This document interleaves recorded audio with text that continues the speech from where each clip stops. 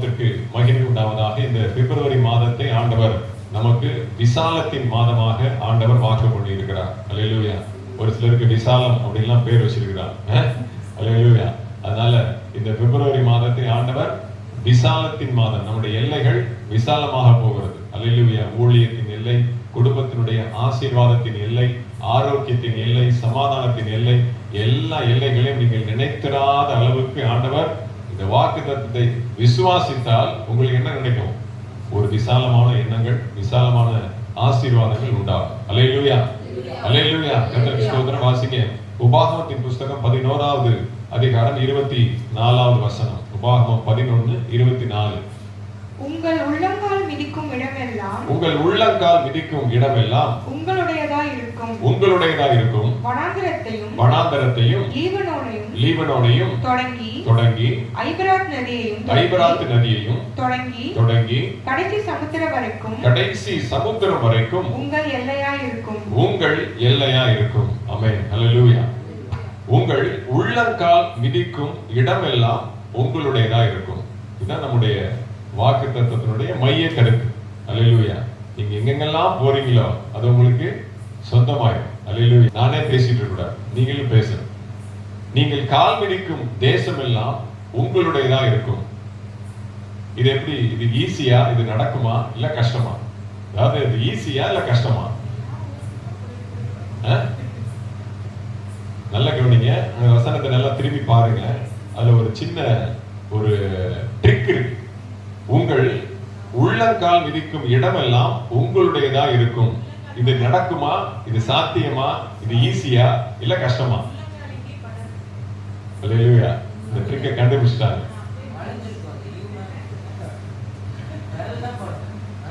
ரொம்ப கஷ்டம். பிசிக்கலாக நீங்க நடந்து பாருங்க. நடக்கும்போது உள்ளங்கால் தரையில படாது.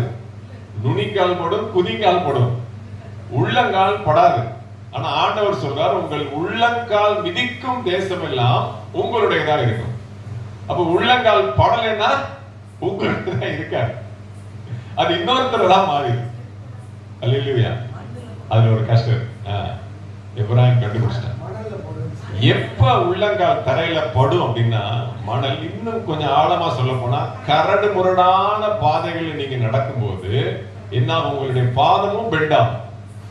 இப்ப நான் அடிக்கடி இந்த ஆபீஸ் ட்ரெயின்ல போயிட்டு வர்றதுனால இந்த ட்ராக்ல இந்த பெரிய பெரிய ஜல்லியில நடப்பேன். இந்த பெரிய பெரிய ஜல்லி, அந்த ஜல்லியில நீங்க நடக்கும்போது பாத்தீங்கன்னா அது குண்டு குழியுமா இருக்கும்.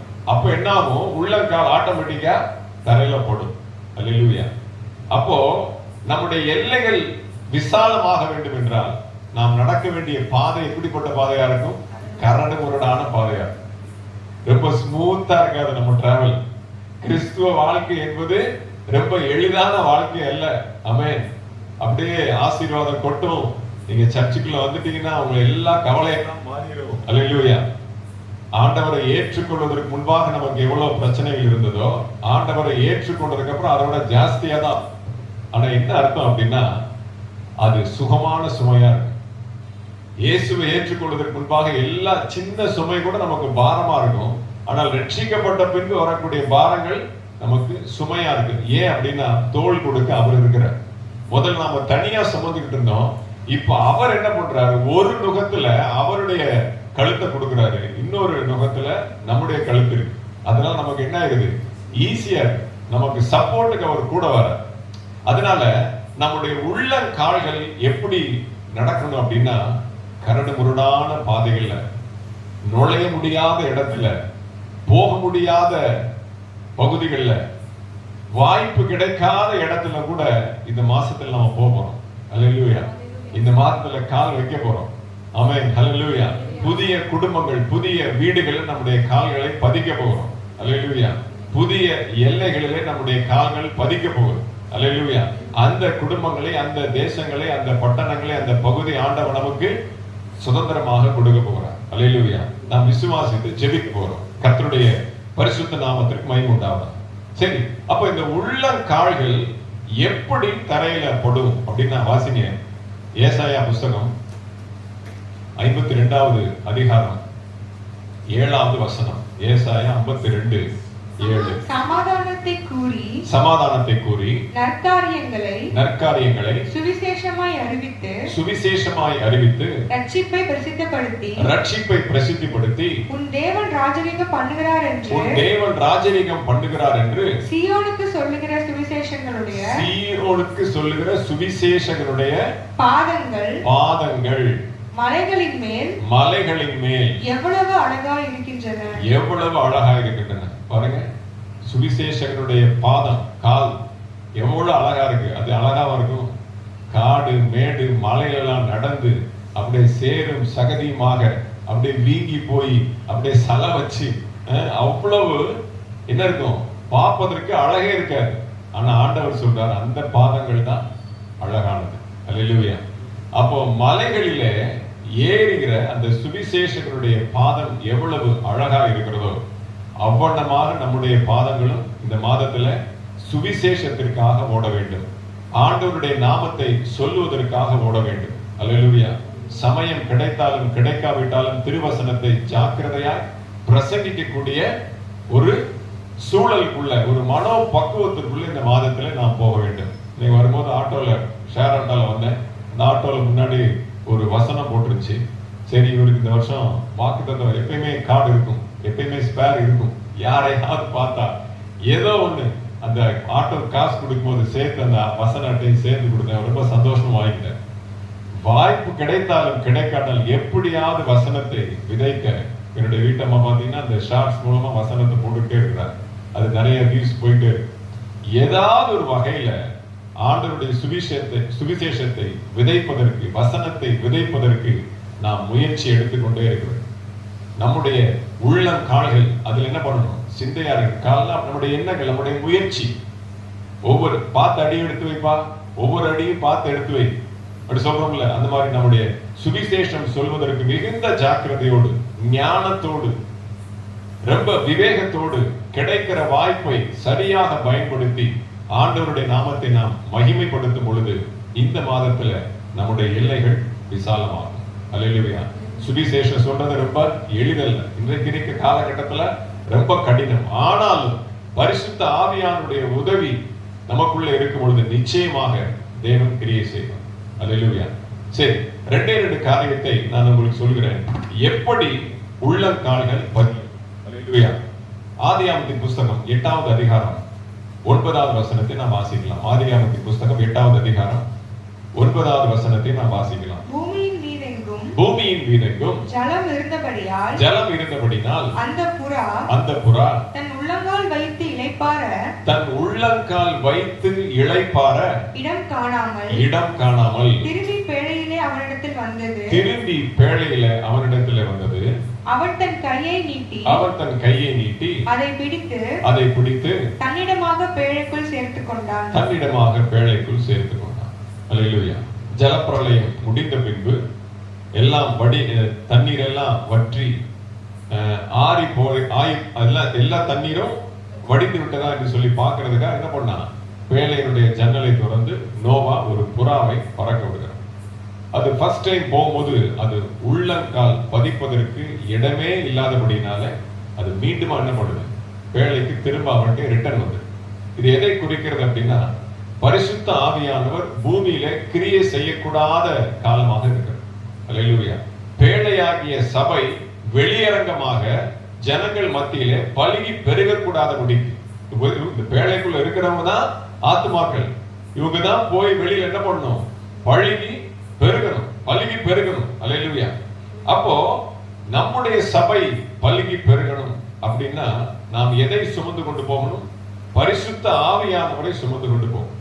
பரிசுத்த ஆவியானவர் எங்கே நமக்குள்ளே வாசம் பண்ணி எந்த இடத்துல நம்மை கொண்டு கிரியை செய்கிறாரோ அவர் கால் பதிக்க, பரிசுத்த ஆவியானவர் நின்று கிரியை செய்யக்கூடிய எந்த இடத்துல நாம் இருக்கிறோமோ அந்த இடத்துல தான் ஒரு இளைப்பாறுதல் உண்டாகும்.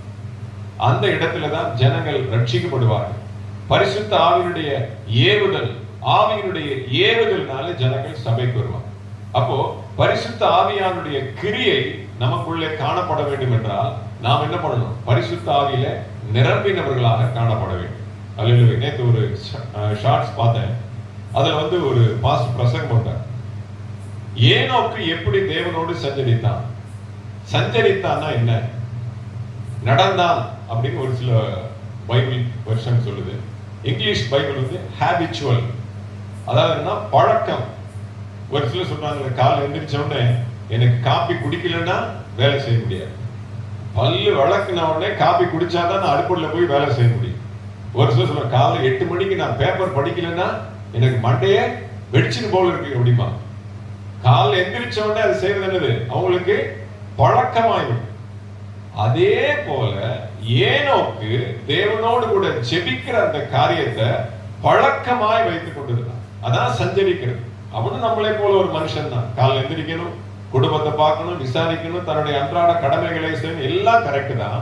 ஆனால் அவன் தேவனுக்கென்று ஏற்படுத்தின அந்த ஜெப நேரம் ஆட்டோமேட்டிக்கா வருது. இப்ப அதிகாலை நாம எந்திரிச்சு சலிச்சு புளிச்சு போய் ஐயோ ஜெபிக்கணுமேன்னு சொல்லி சலிச்சு புளிச்சு போய் நாம உட்கார்ந்தோம்னா ஜெபம் ஓடாது. ஆனா ஆட்டோமேட்டிக்கா துள்ளி குதித்து எந்திரித்து அதிகாலையில தேவ சமூகத்துல உட்கார்ந்து ஜெபிக்கிறது நமக்கு பழக்கமாயிடுச்சு வச்சுக்கோங்களேன். அது என்ன ஆயிரும்? அதுதான் தேவனோடு சஞ்சரிக்கிறது. சைக்கலாஜிக்கலா என்ன சொல்றாங்க அப்படின்னா, ஒரு காரியத்தை தொடர்ந்து 21 நாள் நீங்க கரெக்டா செஞ்சிட்டீங்க அப்படின்னா 22வது நாள் ஆட்டோமேட்டிக்கா உங்களுடைய சரீரம், உங்களுடைய சிந்தை, உங்களுடைய புத்தி என்ன ஆகும் அப்படின்னா அந்த காரியத்துல ஆட்டோமேட்டிக்கா இறங்கி. இதுதான் சேலஞ்ச். நீங்க வேணா ட்ரை பண்ணி பாருங்க. அல்லேலூயா. 21 நாள் சரியாக நாம் ஒரு காரியத்தை ஆரம்பத்திலிருந்து முடிவு வரைக்கும் அது ஒரு குறிப்பிட்ட நேரத்தில் நம்ம செஞ்சு முடிச்சோம் அப்படின்னா அடுத்து ஆட்டோமேட்டிக்கா நம்முடைய சரீரம் அதற்கு பழகிடும். அல்லேலூயா. சிலர் எல்லாம் பாத்தீங்கன்னா அலாரம் வைக்காமலே எந்திரிச்சிருவாங்க, கரெக்டா அந்த டயத்துக்கு எந்திரிப்பாங்க. நம்ம அலாரம் வச்சாலுமே எந்திரிக்கிறது இல்லை. அப்போ ஒரு குறிப்பிட்ட நேரத்துல நாம் எழுந்து செபிக்கக்கூடிய ஒரு பழக்கம் நமக்கு இருக்கும் அப்படின்னா அதுதான் ஆவியானவரோடு சஞ்சரிக்கிற ஒரு அனுபவம். அல்லேலூயா. அப்போ அப்படிப்பட்ட பரிசுத்த ஆவியிலே நிரம்பி இருக்கிற சிந்தை நமக்குள்ளே காணப்படுமானால் நாம் உள்ளங்கால் பதிக்கலாம். எந்த இடத்துல உள்ளங்கால் பதிக்க முடியாதோ அந்த இடத்துல தேவன் வழி வாசல்களை நமக்கு திறந்து கொடுப்பார். அல்லேலூயா. அப்போ ஒன்று, நாம் உள்ளங்கால் பதிக்க பரிசுத்த ஆவியானவருடைய உதவி நமக்கு தேவை. இரண்டாவது, யோசுவாவின் புஸ்தகம் 3ஆம் அதிகாரம் 13வது வசனத்தை நாம் வாசிக்கலாம். யோசுவா 3:13. சம்பவிப்பது என்னவென்றால் சர்வ பூமிக்கும் ஆண்டவராகிய கர்த்தரின் பெட்டியை சுமக்கிற ஆசாரியர்களின் உள்ளங்கால்கள் யோர்தானின் தண்ணீரிலே பட்ட மாத்திரத்திலே மேலே இருந்து ஓடி வருகிற யோர்தானின் தண்ணீர் ஓடாமல் ஒரு குவியலாக நிற்கும் என்றார். அல்லேலூயா. ஆசாரியர்கள் சுமக்கிற அந்த உடன்படிக்கை பெட்டி எதற்கு ஒப்பாக சொல்லப்பட்டிருக்கு என்றால் சபைக்கு ஒப்பாக சொல்லப்பட்டிருக்கு. உடன்படிக்கை பெட்டி என்றால் சபை என்று சொல்லி அர்த்தம். அல்லேலூயா. அப்போ சபை எந்த இடத்துல கால் வைக்குதோ, சபைனா நீங்களும் தான் நானும் தான், நான் மட்டும் கிடையாது. அல்லேலூயா. ஆசாரியன்னா பாஸ்ட் மட்டும் தான் அப்படின்றது கிடையாது. ஆசாரியர்களாக, லேவியர்களாக, ராஜாக்களாக நம்மை தேவன் அழைத்திருக்கிறார். அப்போ நாம் சபையாக ஒரு இடத்துல ஒருமனப்பட்டு கிரியை செய்யும் பொழுது, இப்போ ஒரு ஃபங்க்ஷன் நடத்துறோம், ஒரு விபிஎஸ் நடத்துறோம், ஒரு சுவிசேஷ கூட்டம் நடத்துறோம், ஒரு கன்வென்ஷன் கூட்டம் நடத்துறோம், ஒரு ஜெபம் நடத்துறோம் அப்படின்னா நாம் ஒருமனப்பட்டு ஒரே சிந்தையாக கை கோர்த்து எல்லாரும் அதுல இன்வால்வ் ஆகி எல்லாருடைய பங்கும் அதுல சரி சமமாக எந்த கருத்து வேறுபாடும் இல்லாம அந்த ஒரே காரியத்துல ஒருமித்து நாம் நின்றோமானால் ஆசாரியர்கள் உடன்படிக்கை பெட்டியை சுமந்து யோர்தானுடைய தண்ணீரிலே அவர்கள் உள்ளங்கால்கள் பட்ட மாத்திரத்துல, இது என்ன குறிக்குது? நம்முடைய சபையினுடைய ஒருமனப்பாட்டை குறிக்கிறது. அல்லேலூயா. நாம் ஒருமித்து நின்று ஒரு காரியத்தை நாம் ஜெபத்துல கேட்டாலும் சரி அல்லது செயல்ல இறங்கி நாம் செய்தாலும் சரி, ஒருமனப்பட்டு நாம் ஜெபிக்கிற ஜெபத்திலும் ஒருமனப்பட்டு நாம் செய்கிற ஒவ்வொரு காரியத்திலும் ஆண்டவர் கிரியை செய்கிறார். சரி, அப்படி நாம் ஒருமனப்பட்டு உள்ளங்கால் பதித்து நம்முடைய சிந்தையை பதித்து செய்கிறதுனால என்ன ஆகும்? யோர்தானுடைய தண்ணீர் குவியலாக விலகி அப்படி நிற்குது. யோர்தான் என்றால் மரணம். நாம் ஒருமனப்பட்டு சபை செய்கிற ஒவ்வொரு ஊழியத்திலும் ஒவ்வொரு கிரியைகளிலும் மரணம் விளக்கப்படுகிறது, மரணம் துண்டிக்கப்படுகிறது, மரணத்தின் வாசல்கள் அடைக்கப்படுகிறது. அல்லேலூயா. அப்போ சபை மரணத்தை விழுங்குகிறது. பாதாளத்தின் வாசல்கள் சபையை மேற்கொள்ளாது, ஆனால் சபை பாதாளத்தின் வாசல்களை மேற்கொள்ளும். சபைக்கு அந்த வல்லமை உண்டு. அப்போ சபை என்பது கிறிஸ்துவனுடைய சரீரம் என்று நான் உங்களுக்கு சொல்கிறேன். அப்ப கிறிஸ்துவின் சரீரத்தை சுமந்தவர்களாகிய நாம், கிறிஸ்துவின் சரீரத்தினுடைய ஒரு அங்கமாய் இருக்கிற நாம் செய்கிற எல்லா காரியமும் வாய்க்கும். எல்லா காரியத்திலும் தேவனுடைய வல்லமை வெளிப்படும். நாம் ஒருமித்து செய்கிற ஒவ்வொரு காரியத்திலும் மரணம் பரிகரிக்கப்படும். அல்லேலூயா. அப்போ ஆசாரியனுடைய உடன்படிக்கை பெட்டி யோர்தானுடைய அந்த தண்ணீரிலே உள்ளங்கால்கள் பட்ட மாத்திரத்துல the action is very immediate, உடனே சம்பவிக்கிறது. அடுத்து இன்னொரு வசனத்தை வாசிங்க. அதே யோசுவா புஸ்தகம் 4வது அதிகாரம் 18வது வசனம். யோசுவா 4:10. கர்த்தருடைய உடன்படிக்கை பெட்டியை சுமக்கிற ஆசாரியர்கள் யோர்தான் நடுவிலிருந்து ஏறி அவர்கள் அவர்களுடைய உள்ளங்கால்கள் கரையில் ஊன்றின போது யோர்தானின் தண்ணீர்கள் தங்களிடத்திற்கு திரும்பி முன் போல அதன் கரையெங்கும் புரண்டது. இது வெரி சிம்பிள். போன வாரம் நம்ம ஏற்கனவே தியானிச்சதுதான். பரிசுத்த ஆவியானவர் உலகத்தை விட்டு எடுபடும் பொழுது சபை கிரியை செய்யாது. ரட்சிப்பு கிடையாது, சுவிசேஷம் கிடையாது, ஞானஸ்நானம் கிடையாது. அல்லேலூயா. அப்ப ஆசாரியனுடைய உடன்படிக்கை பெட்டியானது கரை ஏறின பிறகு, அவங்க கரை ஏறி வெளியில வந்த பிறகு மறுபடியும் யோர்தான் என்ன பண்ணும்? கூடிரும். மறுபடியும் மரணத்தின் கிரியை உலகத்திலே சம்பவிக்கும். பாதாளத்தினுடைய வல்லமை அங்கே கிரியை செய்யும். அந்தி கிறிஸ்துனுடைய காலம் நிறைவேறும். இப்பொழுதே பாத்தீங்கன்னா மூளையில சிப் வச்சுட்டாங்க. அல்லேலூயா. நேற்று மெசேஜ் வந்திருக்கு. அதான் அக்கிரமத்தின் ரகசியம். போன வாரத்துக்கு முந்தின வாரம் அதான் தியானிச்சோம். அப்போ அவருடைய கிரியை இப்பொழுதே என்ன ஆயிடுச்சு?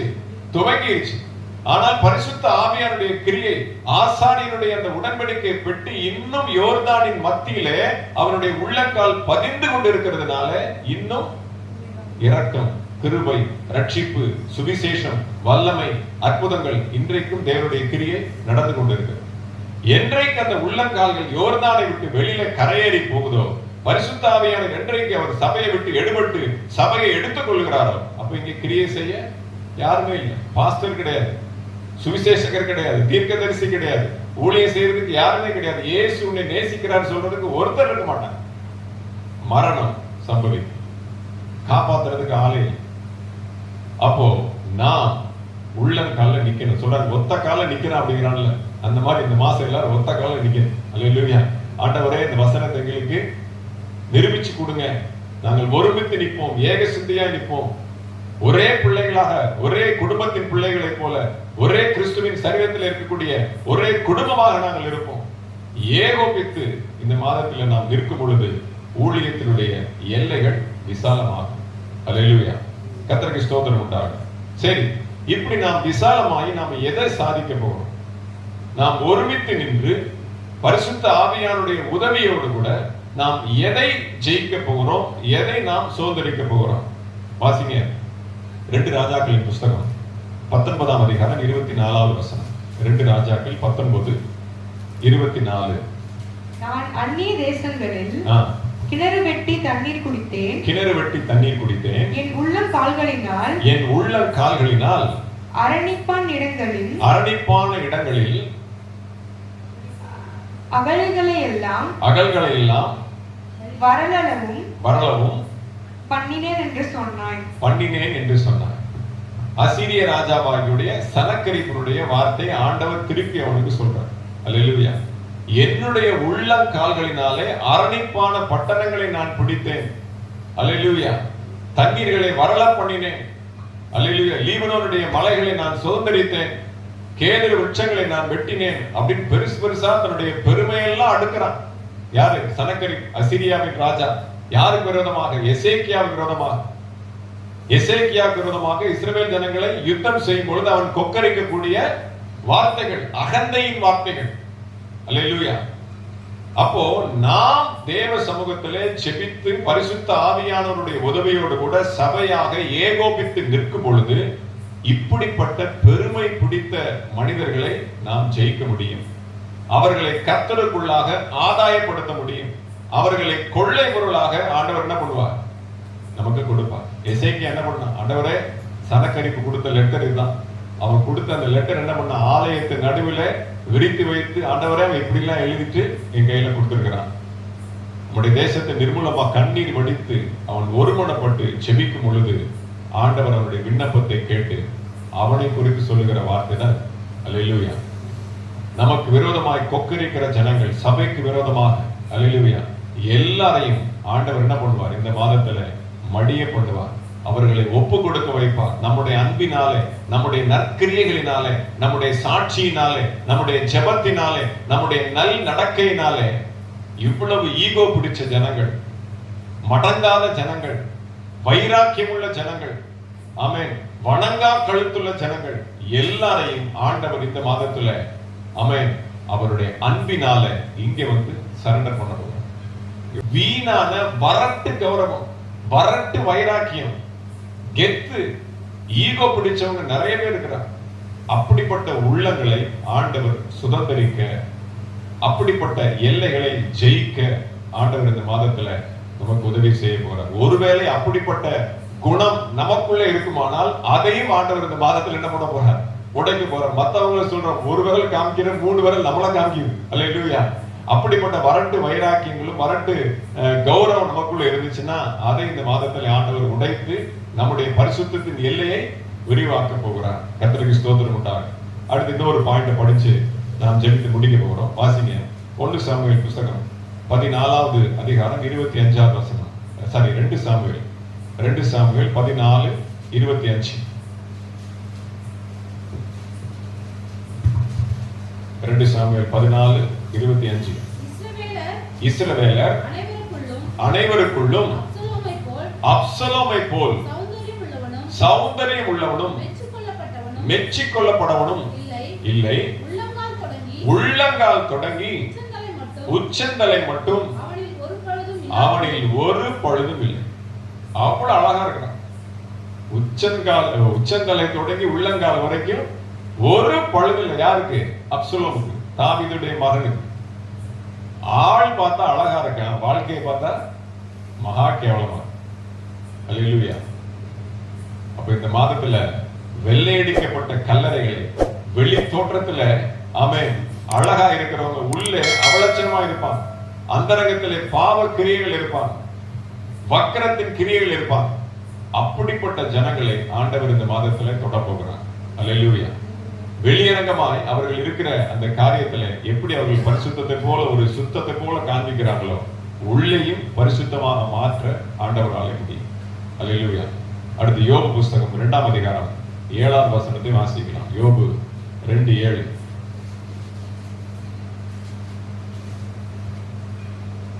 அப்பொழுது சாத்தான் கர்த்தருடைய சன்னதியை விட்டு புறப்பட்டு யோபின் உள்ளங்கால் தொடங்கி அவன் உச்சந்தலை மட்டும் கொடிய பற்களால் அவனை வாதித்தான். அப்படியே அப்சலோமுக்கு ஆப்போசிட். அவன் அப்படியே சும்மா ஜிவி ஜிவி ஜிவின்னு அப்படியே சிவப்பா அழகா அப்படியே பாலிஷ் போட்ட மாதிரி இருக்கிறான். அப்படியே பாலிஷ் போட்ட மாதிரி ஷைனிங்கா இருக்கிறான். யாரு? அப்சலோம். உச்சங்கால்ல இருந்து உச்சந்தலை இருந்து உள்ளங்கால் வரைக்கும் அப்படியே ஆப்போசிட். யாரு? நம்முடைய யோபு பக்தன். உச்சந்தலையில இருந்து உள்ளங்கால் வரைக்கும் வியாதி, ஃபுல்லா பருக்கள். இவருக்கு வெளி தோற்றம் எப்படி இருக்கு? கேவலமா இருக்கு, அவலட்சணமா இருக்கு. ஆனா உள்ள எப்படி இருக்கு? அப்படியே ஒரு சின்ன பிள்ளைகளுடைய குழந்தை போல, ஒரு சரீரத்தை போல, ஒரு பரிசுத்தமாய், தேவனுக்கு பிரியமாய், மகிமையா இருக்கு. அதே யோபனுடைய வாழ்க்கை எப்படி முடியுது? கடைசியில மிகப்பெரிய ஆசீர்வாதம் முடியும். அவருடைய வியாதியெல்லாம் நீங்க, அவருடைய எல்லா சரீரத்தினுடைய எல்லா காரியங்களையும் ஆண்டவர் மாற்றுகிறார். இழந்த எல்லாவற்றையும் அவன் ரெட்டிப்பாய் பெறுகிறார். நம்முடைய சபையாரில் ஒரு சிலர் பலவீனமாய் சுகவீனமாய் இருக்கிறார். இந்த மாதத்துல இந்த வசனத்தை நாம் ஒருமனப்பட்டு உபவாசித்து செபிக்கும் பொழுது அவன் சுகவீனமாக இருக்கிற எல்லாரும் இரட்டத்தனையான ஆசீர்வாதங்களை பெறணும். இழந்து போன பலனையும், இழந்து போன கிருபைகளையும், ஆரோக்கியத்தையும் மீண்டுமாக பெற்றுக்கொண்டு யோபு எப்படி கடைசியிலே ஆசீர்வதிக்கப்பட்டானோ அப்படியாக நம்முடைய சபையார் ஆசீர்வதிக்கப்பட போறோம். இந்த வசனத்தை நாம் யாராருக்கெல்லாம் சொல்றோம், யாராருக்கெல்லாம் நாம் செபிக்கிறோம், கர்த்தர் நிச்சயமாக இந்த வசனத்தினால அவர்களுக்கு நல்ல சுகத்தை கொடுக்க போகிறார். தேவன் கிரியை செய்ய போகிறார். எல்லாரும் கண்களை மூடி நாம் செபிக்கலாம்.